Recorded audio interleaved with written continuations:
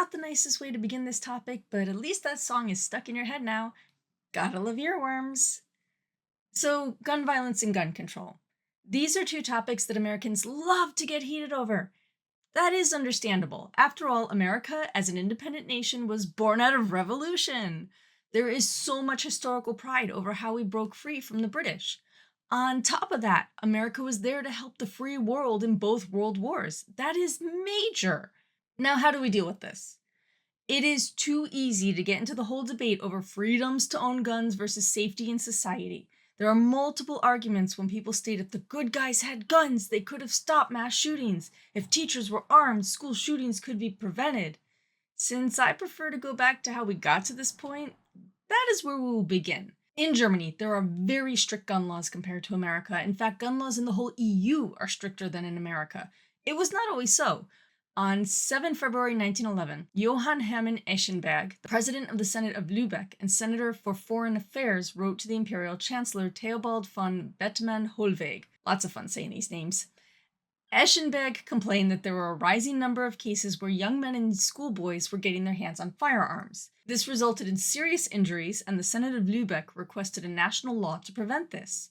Note, they were requesting a national law, meaning there was not already one in place in 1911. While knives used to be the popular weapon of choice before the 20th century, around 1900 guns became more popular for private purchase.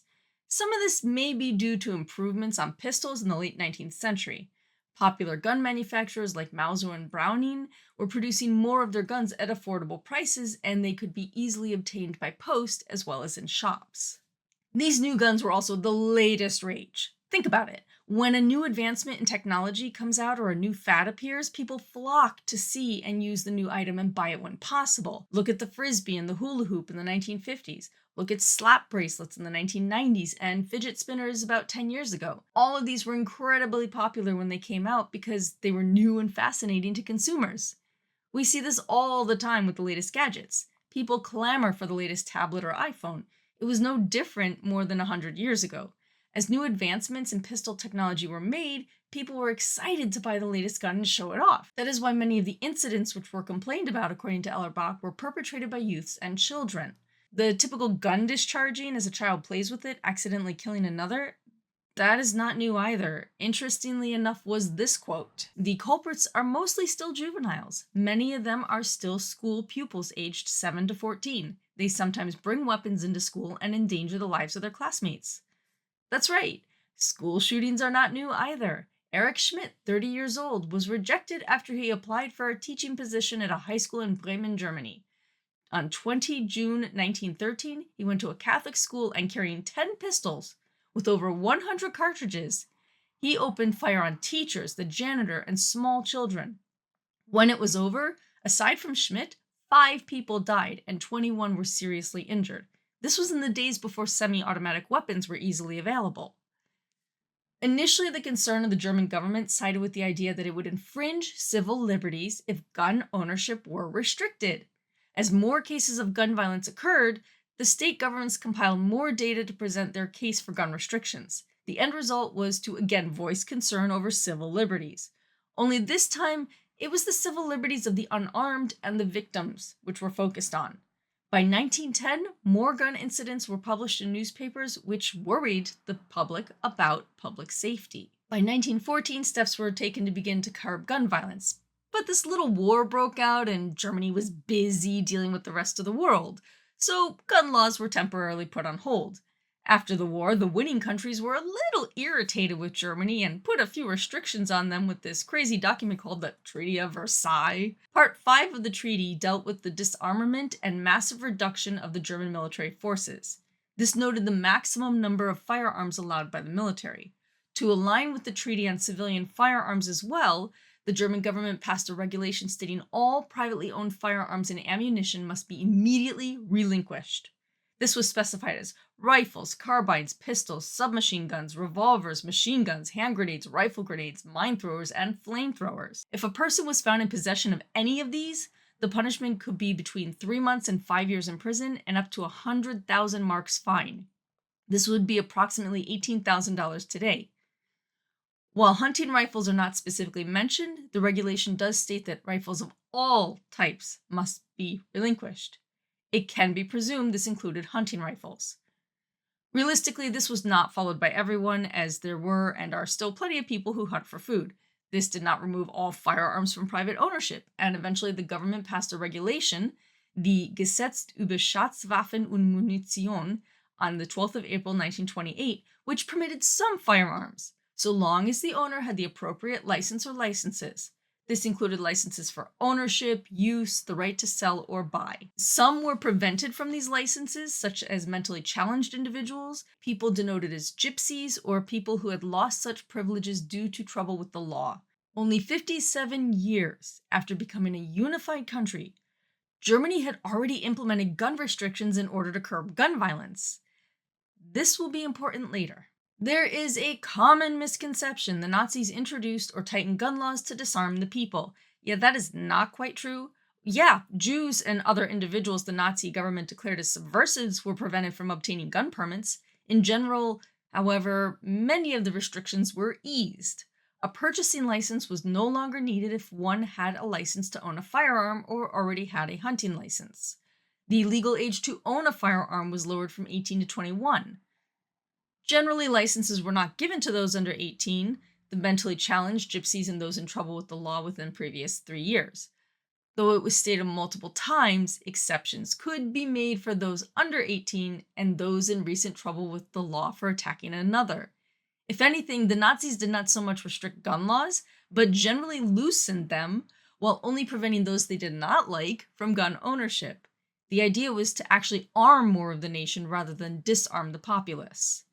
So for all those Americans who cry out, "Oh, it's Nazi to restrict our guns, that's what the Nazis did," and share all those memes, yeah, you're wrong. That's not quite how it worked. Once again, after another inconvenient war, Germans were not allowed to carry firearms, not even the police. This finally began to relax with long-barreled sports weapons permitted in 1950. Over time, the police were allowed guns and private citizens were allowed them in 1956. Restrictions continued to ease until 1998, when strict regulations were enacted concerning the storage of weapons and ammunition. Currently, the German laws on firearm possession and use are pretty strict. There are limitations to how many firearms may be owned without an exception. A possession license must be obtained for each firearm owned. An individual must be deemed trustworthy, be over 18, and have proven expert knowledge, and in some cases, the necessity to own the weapon. Permission to carry a weapon, particularly a loaded weapon in public, is almost never given. The exceptions are for those who use weapons in their profession, such as security personnel. A private concealed carry is simply not an option. If you are transporting a weapon, it must be stored in a fully enclosed container and must be unloaded and locked. This does not mean private citizens do not own firearms in Germany. Quite the contrary. Some go through a thorough hunting course and own hunting rifles.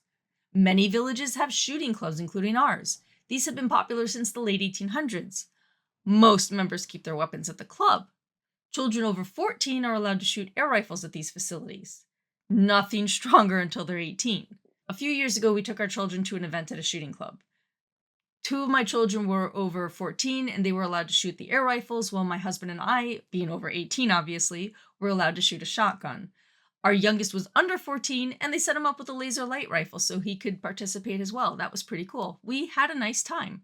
But everything was closely watched and strict safety guidelines were adhered to. There are a few firearms which do not require a license. Collectors over, again, age 18 are welcome to own any single-shot firearm developed before 1871. They may also own any muzzle loader with a flintlock or earlier design. So we're talking like a blunderbuss or a musket. That is, however, own these weapons. If a collector wants to shoot them, then they need a license to buy the black powder and another license to use them. Other collectors who choose to own more modern pieces must have them rendered completely inoperable, such as the barrel permanently welded. Then, in theory, a collector may own hundreds of weapons. They just simply cannot be used. That is not to say gun violence does not occur in Germany. Not only have there been individual shootings, but even some mass shootings. This year, 2025, there has already been a mass shooting. Last year, there were 3, and in 2023, there were 2. In 2022, my husband called me worried. Where I study at Heidelberg University, there was a shooting which left 2 dead and 4 injured. We were lucky as I was not in the city that day. I helped get his heart rate back down. However, it is frightening to know that even here there's a danger of shootings. That said, most of the shootings are domestic situations gone awry. Ones in public are actually very rare. Even then, think about the numbers I just rattled off. There were 3 last year, 2 the year before. Generally, there has never been more than 4 shootings in a total year for the last 15 years in Germany. 2009 was a big year with 7. Again, most of these are domestic. Often, these included the shooter committing suicide. We are not talking about the numbers of wounded and killed that America reaches. What about America? The land of people screaming for their freedom to bear arms. America has a very different history as a nation. Germany was initially composed of numerous kingdoms which evolved over millennia from tribes to establish governments before unifying as one nation, not through military force, in 1871. Americans take pride in their more bloody history, however. Every school child learns how repression by the British government and taxation without representation led to a war for freedom. Patriots bravely fought English loyalists and were victorious. Once America was free from British rule, the Constitution was written and presented in 1787, ratified in 1788, went into effect in 1789. The first 10 amendments, or the Bill of Rights, was created in 1789 and ratified in 1791. The Second Amendment applies to our topic today. A well-regulated militia, being necessary to the security of a free state, the right of the people to keep and bear arms, shall not be infringed. This has been touted time and time again to decry lawmakers who want to regulate guns. After all, people are free to bear arms. It is necessary to protect the rights of the people as a whole. Also, in terms of gun laws, the individual states tend to regulate citizens rather than the national government. After the Bill of Rights was ratified in 1791, no federal gun laws were created until 1934. That was 143 years later. Earlier, I noted after only 57 years, Germany limited gun ownership. It took America more than twice as long. It was only due to the rising violence thanks to prohibition and gangsters that restrictions were placed on guns. Even then, the majority of the restrictions outlined in the National Firearms Act in 1934 dealt with taxes on the manufacture, importation, and dealing in various firearms. It came down to finances as a supposed way to limit gun ownership. The goal was not to make guns unaffordable for potential buyers, but to tax those who procured the guns. There were a few state laws and bans passed before this, but 1934 created the first national restrictions. That brings us to today. Looking at the numbers in America, it is very upsetting. This year alone, 2025, there have already been more than 5 mass shootings. The year is just under 1/3 finished. Last year, there were 20 mass shootings. And in 2023, there were 29. Yes, some domestic shootings taking place at home, but the majority were in public areas. The shooters did not know their victims. Some shooters were tagged as having personal reasons based on hate. There have been shootings at Jewish synagogues, gay clubs, the assassination attempt of Trump. What about shootings in movie theaters, hospitals, parades, etc.? Last year, 4 of the shootings were in schools. Yes, many of the school shootings are in high schools and universities, so the argument could be issues over toxic student environments. Then maybe we should cover that. Often these shooters are marked as having been social outcasts. What then about the 2012 Sandy Hook Elementary School shooting? Why on earth would an adult go to an elementary school to kill small children?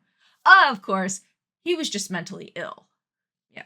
Hey, mass school shootings are not completely new. There are recorded shootings in schools from early America through the 1980s. However, what is important to note is that there was usually at most only 1 school shooting per decade, or the course of 10 years. Often there were larger gaps than that. One of the most infamous shootings was Kent State, and that was government sanctioned with the National Guard shooting at the students, not the students shooting at the military. Then came the 1990s, at which point the playbook seems to have drastically changed. A middle school shooting killed 5 and a high school shooting killed 4 in 1998. Then, in 1999, came the Columbine High School shooting. This was the one that rocked the nation. 16 were killed and 20 were injured. After this point, school shootings became a yearly occurrence, with multiple shootings each year. Last year, in 2024, there were 56 reported school shootings. Yes, I said a lower number before for mass shootings. This is specifically school shootings, so we're not talking about quite as high in numbers. Fortunately, most do not end in death. That does not make this acceptable, though. What have been some of the solutions to this problem? Well, as mentioned before, it has been brought up that the shooters often have mental health issues. So government officials have said mental health needs to be addressed more. Okay, how? For most, any mental health care is not covered by health insurance and is far too expensive to even consider. There is also the stigma attached to going to a counselor regularly. Well, it's okay if you go to a therapist because you're rich and you're exhausted, but that's fashionable. Going to a counselor because you feel like you may lash out on society is not fashionable. In Germany, and I talk about Germany because this is the country in Europe that I know, but other countries have stuff similar. In Germany, if a person feels the weight of the world and stress is getting to be too much, they can apply for KUR. KUR. This is available to adults and youths alike. It costs about 210 euros to go to a therapy center for 3 weeks. That includes all the room and board and even some transportations to get there and home at the end. Patients engage in various healthy activities and counseling sessions. Healthcare covers these stays once every 3 years. This does not come out of an employee's vacation time. This means no vacation days nor pay are docked. Instead, the patient can attend the KUR and still receive their full pay at work. Students are not penalized for any school that they miss if they go on KUR. Health insurance plans also cover a few wellness courses every year for their customers. Through our insurance, we get to attend 2 free courses each year. There is a list of courses available covering topics like yoga, healthy cooking, stress management, etc. The courses meet once a week for 8 weeks. This is comparable to any adult evening courses communities in America offer, only they're free. In Germany, residents have options to help with stress and mental health. This is not available for the vast majority of Americans. Our plans would require health insurance plans to identify the gaps in the mental health care that they provide. So what does America do to help with mental health issues in the hopes of reducing mass shootings? Well, they mention mental health should be addressed. Okay, stating this does not actually address mental health. About 100 Stoneman Douglas High School students made the 450-mile journey to the state capitol on Tuesday. During their trip, Florida's House of Representatives rejected a measure to debate an existing bill that would ban assault weapons. How about more gun laws? No, that is a violation of the Second Amendment and what the Nazis did, right? Okay, there have been some changes to gun laws after shootings. As mentioned earlier, in 1934, extra costs were placed on guns to make them less affordable in the hopes this would help curb purchases and violence. The Federal Firearms Act of 1938 mandated gun-related businesses must have a federal firearms license. The Supreme Court case, United States v. Miller in 1939, regulated selling sawed-off shotguns across state lines. The next major legislation came after the assassinations of President Kennedy, his brother Senator Kennedy, and Martin Luther King Jr. President Johnson pushed the Gun Control Act of 1968. It regulated explosive devices, set a minimum purchasing age of 21, redefined what constituted a machine gun, and mandated firearms must have serial numbers, whether manufactured domestically or imported. Felons and the mentally ill were also prohibited from purchasing firearms. Hey, this was a good start. It was a shame it took multiple assassinations to trigger this, but it was a start. Then came Reagan. Here is one heck of a contradiction. There was an assassination attempt on Reagan in 1981. He was injured, but after a hospitalization, he was able to resume his duties as president and went on to serve a second term. White House Press Secretary James Brady was permanently injured and partially paralyzed from the shot he received. Yet, even after this, in 1986, 5 years after the attempted assassination, the Firearm Owners Protection Act was passed. This act prohibited a national registry of dealer records, allowed dealers to sell firearms at gun shows in their state and loosened regulations on the sale and transfer of ammunition. Yes, it did prohibit individuals from purchasing newly made machine guns, but overall, it loosened restrictions. Again, this was after Reagan survived an assassination attempt. The aforementioned James Brady was named in the Brady Handgun Violence Prevention Act in 1993. Democrats first issued the bill to Congress in 1987, but it was rejected or ignored until 1993. It was finally passed and signed by Clinton. This act required background checks must be made on all gun purchases, with a government background check system maintained by the FBI. The Democrats were busy and passed another act in 1994. The Violent Crime Control and Law Enforcement Act banned the sale and possession of various military-style weapons as well as high-capacity ammunition magazines. In 2005, George W. Bush signed the Protection of Lawful Commerce in Arms Act. This prevented gun manufacturers from being named in any civil suits by victims of gun crimes. Basically, the victims could not go after the gun manufacturers.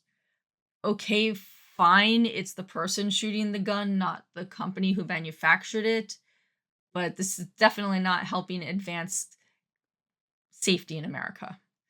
The 2008 Supreme Court case, District of Columbia versus Heller, confirmed individuals were allowed to own handguns in their homes. They would not be banned for civilians.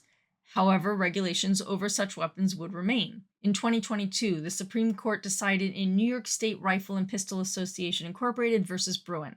The states could not deny a concealed carry permit if an applicant was able to pass certain checks.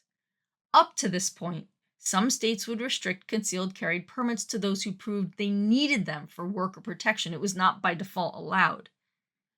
This is the history of major laws in America up to this point. Yes, there are some regulations about what firearms may be legally owned, but even those were a heck of a battle.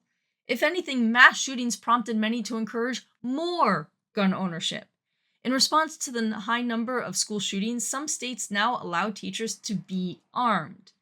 Previously, the Gun-Free School Zones Act of 1990, passed before the influx of school shootings, restricted guns in schools. However, the act left it up to the states to decide who may be designated to carry guns in schools. Texas, Ohio, and Florida have schools which offer training for teachers so they may carry guns. In 2022, Ohio signed a bill which reduced the mandatory 700 hours of gun training down to 24 hours.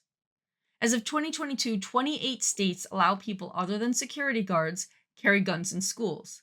This includes the teachers. The idea is, if the teachers are armed, there is the potential to prevent school shootings. Personally, this seems like a very bad idea. It does not matter if the firearms are locked up with the bullets separate. Students are very clever at getting into areas they are not supposed to. There is also the concern that no matter how trained in weaponry a teacher is, they could still be overpowered or outgunned. This does not necessarily prevent a mass shooting. If anything, there are now bullets firing from multiple locations if a teacher gets in a gunfight with a student.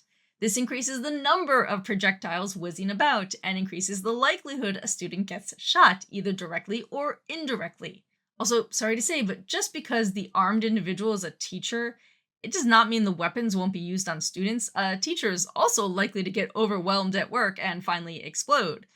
Not all the school shootings in American history were by students. There were ones where teachers were fed up and took it out on the school. Often the administration, but students got hit in the crossfire. Maybe the answer is not more guns on the streets, in schools, etc.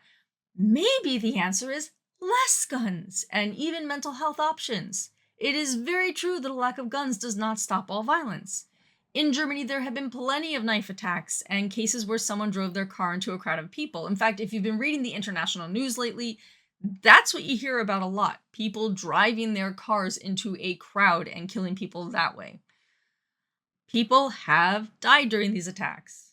Sorry, but as long as there's two people on Earth and they're capable of unrestricted movement, there is always the chance a fight could break out and violence perpetrated. Sorry, that is simply how humanity works. What a restriction on guns has the potential to do is reduce gun violence and reduce mass violence. Not eliminate, reduce. Yes, multiple people can be attacked by a knife or a vehicle, but guns almost guarantee it these days. Many of the weapons used in school shootings are equipped to shoot multiple bullets before reloading. There is also the issue of range. An attacker does not need to be close to people to do damage to multiple individuals. In a knife attack, unless there are a number of individuals within reach, it is more likely only a few people will be hurt by the knife. The same goes for a vehicle. Due to its larger size, people carry these attacks out in open areas, not in close confines. As I mentioned before, mental health is addressed in Germany and many other Western nations, covered by their health care. In America, it is the individual's problem to get over it. If they're lucky, they may have health insurance which will cover enough of the cost of medications to not break the bank and drug themselves into a stupor. However, very often the issue goes left untreated. A work culture which does not foster a healthy work-life balance, exorbitant cost of living, and other stresses do not help this situation. All of these stresses and then making more guns available to the general public, this is not a good combination. How many more school or mass shootings will it take to make positive, significant changes to gun laws in America? How many more deaths do we need? In Europe, shooter drills do not exist in schools. Why has this become the norm in America? What does that tell our children about how we care about them? America is more focused on creating emergency drills and adding guns to schools rather than reduce the general public's access to the guns. Our nation has decided a person's free access to guns is more important than our children's safety. The very fact that the Florida State University shooting was out of the news within a few days is disturbing. It was followed with live updates when it occurred, but after a few days it was old news. It has become so commonplace at this point. By the way, that was on April 17th of this year. Between then and the time of recording this video, 12 days have passed. In just 12 days, another 4 school shootings have occurred. 2 of them have deaths. These haven't even been big news. Again, it's just too commonplace. You know the drill. Make a fuss. We will not stand for this. Why should we be so unsafe in our nation? Write to your congresspeople. Make your voice heard. Shape your future.